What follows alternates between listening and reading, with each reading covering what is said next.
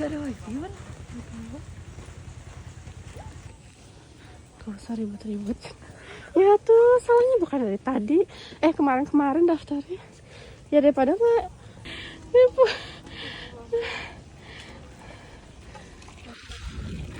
luar biasa. Demi healing.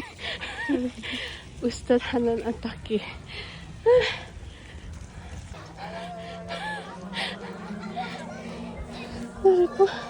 Astagfirullahaladzim. Luar biasa.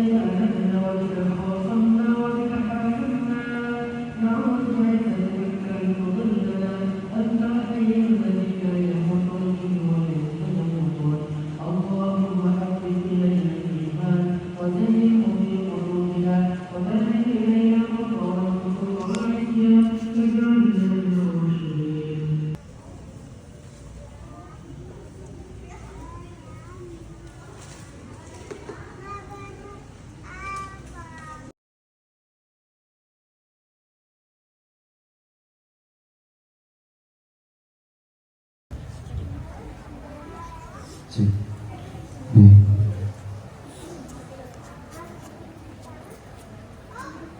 cik, cik, cik, cik,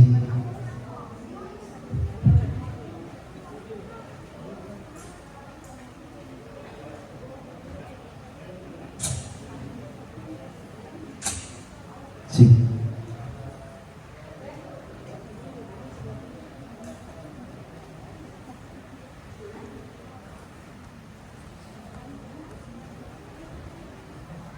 Cik, cik, this.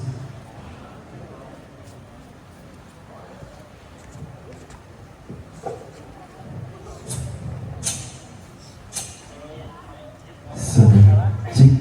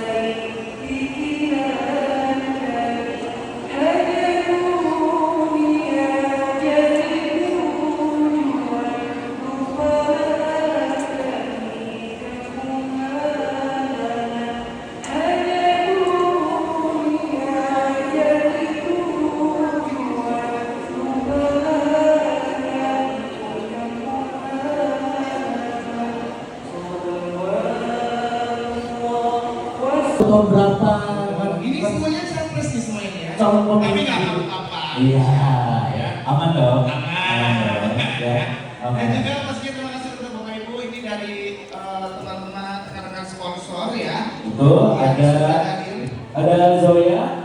Zoya Completes You.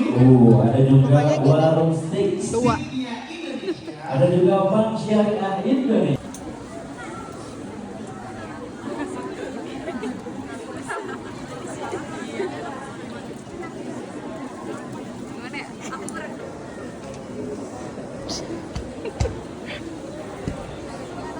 Wabarakatuh. Langsung dari Masjid Pemuda Rahila di pesan underscore trend dan kita akan masuk ke acara utama hari ini yaitu sarung time bersama bunda kita Ustaz Hanan.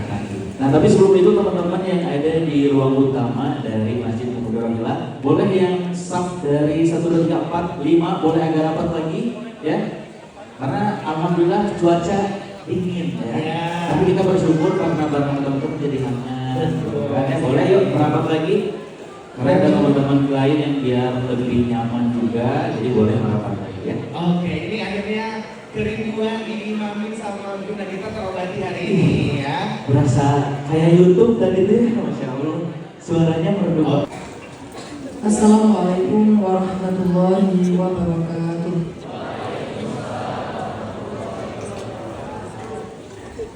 Alhamdulillahirabbil alamin. Alhamdulillahilladzi bi ni'matihi tatimmus shalihat. Wa bi fadlihi tatanazzalul khairat wal barakat. Wa bi tawfiqihi tatahaqqaqul maqasid wal ghayat. Asyhadu an la ilaha illallah wahdahu la syarika lah. Wa asyhadu anna sayyidana Muhammadan abduhu wa rasuluhu alladzi la nabiyya ba'dah. Allahumma inna nas'aluka ilman nafi'a wa qalban khashi'a wa lisanan dhakiran sadiqan wa amalan salihan maqbula. Allahumma salli ala sayyidina Muhammadin fil awwalin wa salli ala sayyidina Muhammadin fil akhirin wa salli wa sallim wa barik ala sayyidina Muhammadin fil mala'il a'la ila yaumiddin. Rabbi shrah li sadri wa yassir li amri wa hlul 'uqdatam min lisani yafqahu qawli. Teman-teman sekalian, selamat datang di Masjid Rahilah pesan underscore trend. Jadi kalau datang ke sini jangan nanya ada berapa santri yang pondok. Baca dulu teksnya, bukan pondok pesantren, pesan underscore trend. Jadi kalau datangnya bukan pas lagi sarung time, banyak yang pakai celana. Jadi pas sarung time aja kita seragamkan biar terasa majelisnya. Kalau dalam bahasa yang lebih umum, pesan underscore trend ini sebetulnya kayak youth space. Kalau bahasa orang dakwah itu youth space itu sama dengan Islamic Center.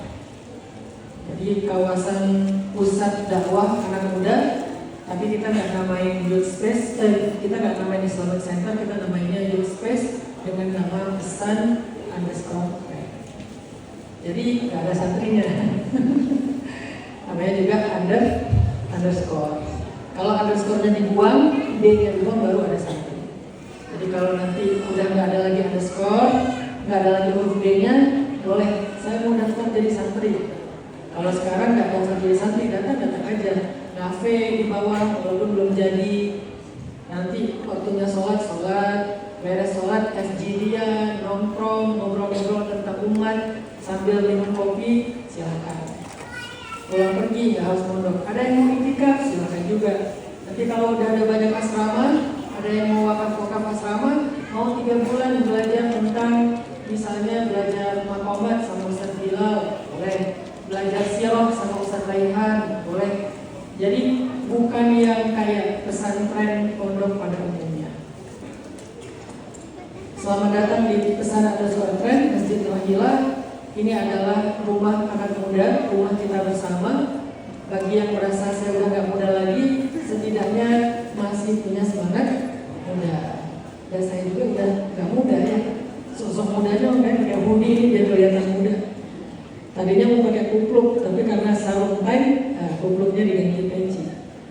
Yang masih nggak pakai peci, nah ini kayak belum hijau ini. Jadi next kalau sarung tangan lagi wajib pakai sarung, pakai peci atau pakai penutup kepala. Terima kasih kepada Ustaz Raihan. Kalian kalau mau tahu ilmu seseorang, lihatlah tentang sifat tawadhu'nya. Kalau mau tahu ilmu seseorang itu bukan ketika dia ngomong, bukan ketika dia ngajar, tapi sifat tawadhu'. Kalau ngajar itu bukan ilmu, itu hafalan. Semua orang bisa menghafal, terus dia menyampaikan. Tapi hakikat dari ilmu itu, kalau yang zahir adalah sifat tawadhu, kalau yang batin adalah makhafatullah. Nah, jadi kalau tadi Ustaz Raihan bilang bahwa beliau adalah debu untuk tayamum, itu menunjukkan keilmuan beliau yang luar biasa. Jadi tawadhu itu adalah tanda-tanda berisi. Kan sesuatu yang berisi itu pasti nunduk gitu. Yang kosong itu malah. Justru saya menganggap Ustaz Raihan bukan debu tayamum. Ustaz Raihan itu wudu. Kalau saya mandi junub. Ustaz Raihan itu adalah sesuatu yang dipakai untuk beribadah. Kalau saya untuk bersih-bersih lah. Ustaz Raihan itu syarat sah ibadahnya. Atau kalau mau disamain sama-sama air, Ustaz Raihan itu adalah wudu yang wajib. Saya tajdidul wudu, memperbaharui wudu. Hukumnya sunnah. Ustaz Raihan hukumnya wajib. Makanya kita dari awal. Kan nggak mungkin tajdid belum ada wudunya. Yang namanya tajdid memperbaharui wudu setelah wudu. Maghrib udah wudu, tapi belum batal, pengen wudu lagi karena wudu ibadah. Akhirnya tajdid diperbaharui. Itulah kenapa Ustaz Raihan di awal, saya belakangan. Walaupun pas tajdid agak lama kayaknya pas tajdid sekalian mandi kali ya. Ya tadi mungkin saya juga mandi junub kali ya. Ya teman-teman, makasih ke Ustaz Raihan. Ada sedikit cerita tentang Ustaz Raihan. Mungkin kalian yang pernah ikut talim saya awal-awal di Al-Latif, siapa yang pernah ikut talim di Al-Latif? Ini anak baru semuanya. Cuma beberapa orang. Ustaz Raihan itu adalah pemuda hijrah senior. Walaupun umurnya masih 20-an. 20 kecil. Beliau dulu ikut kajian saya di Al-Murabi, di Al-Latif, masih kuliah, masih sekolah SMA ya sudah, masih SMA, sahabat. Mahasiswi Indonesia dari Al-Azhar dan jumlahnya ada sekian ribu mahasiswi, ketuanya adalah istri beliau. Pulang dari Mesir, lalu beliau udah dapat sarjana di Al-Azhar bersama istrinya, pulang dari Mesir, nggak sengaja ketemu saya di kafe. Kalau nggak pernah salah, berarti awalnya emang itu aja. Apa sih? Cari kebenaran. Makasih udah hadir di acara program pertama kita di tahun 2024. Kita dulu punya program di TSM namanya Sharing Night. Terus kalau yang di ballroom hotel namanya Sharing Time yang sempat viral. Konsepnya kita upgrade dikit dari Sharing Night. Dan yang datangnya pun bukan orang-orang biasa, ini pejuang-pejuang kan. Masya Allah tadi hujan dari mulai sebelum asar ya udah hujan, kabut. Tadi malah asar tuh kabut banget. Saya udah kayak, aduh gimana ya teman-teman yang kesini jauh nggak hujan aja effort, apalagi hujan. Tapi saya melihat Masya Allah tadi teman-teman yang datang kesini itu, mungkin saya yakin yang datang sebagian besarnya adalah jomblo. Nggak ada yang nahan di rumah ya, jadi ya udahlah, bahasa juga nggak ada yang peduli gitu kan. Enggak ya, insya Allah ini pejuang-pejuang semuanya. Oh Ustaz, karena hujan doanya mustajabah, apalagi di fisabilillah menuntut ilmu. Ya Allah jodoh ya Allah jodoh. Terus naik ke sini melihat setiap ada cewek yang masuk, apakah itu ya Allah? Jadi teman-teman, kita upgrade dikit nih menunya, nggak light seperti Sharing Night, tapi ada sedikit tambahan walaupun nggak bold banget. Sehingga kita konsep acara sharing sarung time dengan materi yang lebih dalam sedikit, kemudian ada tambahan seperti zikir dan juga muhasabah. Jadi saya berharap teman-teman nanti nggak heran saran. Loh kok beda sama sharing right? Memang beda. Kalau mau yang motivasi aja, yang katanya cuma dengan quote sama dengan ustaz gitu kan ya. Nah sekarang quote, zikir, muhasabah sama dengan ustaz. Jadi kalau masih viral juga nih saya bikin lebih berat lagi nanti. Ini gara-gara viral ya. Jadi kita ada materi tambahan, mudah-mudahan teman-teman bisa dapat materi yang lebih setelah hijrah.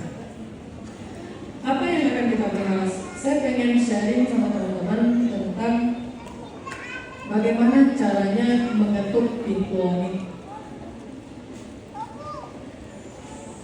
Semua kita tuh punya hajat teman-teman dalam hidup. Tapi banyak dari kita itu ketika ada hajat, ada masalah, ngerasa kayak mentok, ngerasa kayak berat banget menjalankan masalah ini. Rasanya nggak ada solusi, rasanya nggak ada jalan keluar, rasanya mau nyerah aja gitu. Tapi kalau pas kita melihat orang lain, kenapa ya? Ada orang yang dapat pertolongan Allah itu gampang, ada orang yang dapat rezeki itu gampang, ada orang yang dapat jodoh itu gampang. Kita ngerasa udah paling keren se-Eropa, tapi masih jomblo. Tinggi udah 2,5 meter tapi masih sendiri misalnya kan ya. Kenapa ada yang 1,5 meter tapi dia udah nikah. Cewek ngerasa udah glowing banget tapi kenapa masih sendiri. Sementara yang biasa-biasa aja udah punya anak. Jadi artinya sebetulnya kalau kita baca kisah-kisah orang-orang soleh, banyak dari orang-orang soleh sebelum kita hidup mereka itu mudah, bukan karena mereka itu punya banyak privilege dalam hidupnya. Bukan karena mereka itu jago ataupun keren ataupun pintar ataupun hebat. Yang bikin hidup mereka mudah itu adalah mereka tahu gimana mengetuk pintu langit. Jadi kalau kita ngerasa hidup kita itu susah, coba belajar deh gimana cara mengetuk pintu langit. Pintu langit ini sebuah kiasan ya. Saya akan bilang Allah ada di langit. Nanti masuk terjebak dalam perdebatan akidah. Ini sebuah kiasan. Gimana cara mengetuk pintu langit? Kita perlu belajar sehingga muncullah nanti cerita-cerita seperti seorang sahabat di zaman Nabi yang ketika dia dirampok di tengah jalan, tiba-tiba langit itu bergetar, lalu turun malaikat dari langit ketiga menjelma sebagai seorang laki-laki, naik kuda, bawa tombak dan membunuh perampok tersebut di depan dia. Kemudian malaikat itu bilang, aku diutus oleh Allah untuk menolong kamu. Ketemu malaikat face to face. Karena dia tahu cara mengetuk pintu langit. Pertanyaannya, apa yang dia baca hari itu? Sampai turun malaikat di langit ketiga. Sebetulnya malaikat yang pengen turun itu banyak. Allah kasih perintah ke satu aja. Semuanya pengen, aku ya Allah, aku ya Allah, aku ya Allah. Kok bisa malaikat pengen nolongin dia habis-habisan? Ibaratnya kalau kita posting, tiba-tiba yang komen, yang like itu rame banget, viral. Itu yang saya sebut viral di langit. Karena dia tahu cara bikin postingan yang gampang di-like. Dia tahu gimana bikin captionnya. Dia tahu gimana cara bikin template-nya atau mungkin videonya, editingnya, segala macam. Dia tahu. Dan kita perlu belajar itu gimana biar viral di langit, di-like, di-repost, di-story, viral, ditolong oleh para malaikat dengan seizin Allah. Bahkan bertemu malaikat face to face. Dan laki-laki ini gak terkenal, ketemu Nabi kebetulan sekali. Gara-gara berdagang, dia bukan ulama, dia bukan sahabat mujahid, dia bukan sahabat yang terkenal. Dia seorang tajir, seorang pedagang yang datang dari Damaskus ke Madinah, dirampok di tengah jalan, selamat sampai di Madinah ketemu Nabi. Terus Nabi bilang gini, Allah telah mengajarkan kepada kamu tentang nama-nama yang bisa mengetuk pintu langit. Makanya langsung ditolong malaikat. Dan kita pengen belajar itu. Apa yang diucapkan oleh Nabi Musa sehingga tiba-tiba laut merah itu terbelah? Apa kalimat yang diucapkan oleh Nabi Musa sebelum laut itu terbelah? Padahal dia mentok. Bukan karena dia seorang nabi aja. Kalau dia seorang nabi aja bisa aja Nabi terbunuh kan? Kan banyak nabi yang dibunuh oleh Bani Israil. Tetapi kenapa kok bisa laut terbelah? Api itu padam, api itu menjadi sejuk, bukan padam. Kemudian bulan terbelah. Banyak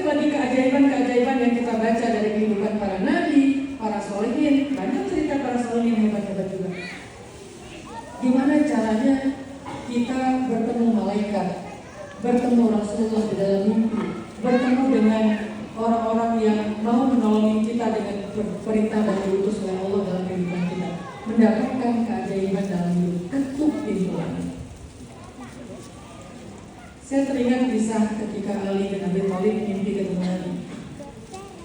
Ali mimpi waktu itu Ali itu kangen sama Nabi. Terus sebelum tidur dia baca sholawat. Tapi sholawatnya ada ciri khasnya lah. Nanti kita bahas tentang itu.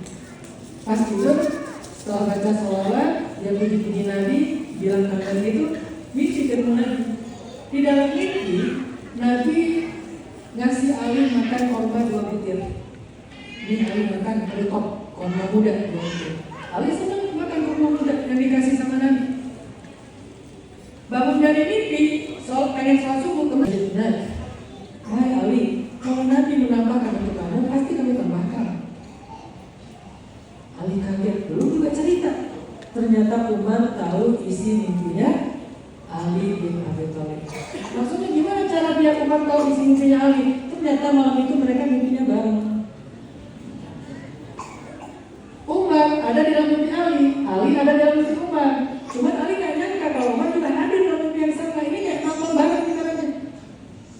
Dan Umar melihat Ali dapat korma dari Rasulullah 2. Makanya pas bangun dari tidur, sholat subuh, dapat kerupuk dibagi-bagi. Ali sengaja dikasih 2 karena Umar tidak mau kurang adab kepada Nabi. Kalau Nabi ngasih 2, masa dia ngasih lebih dari 2.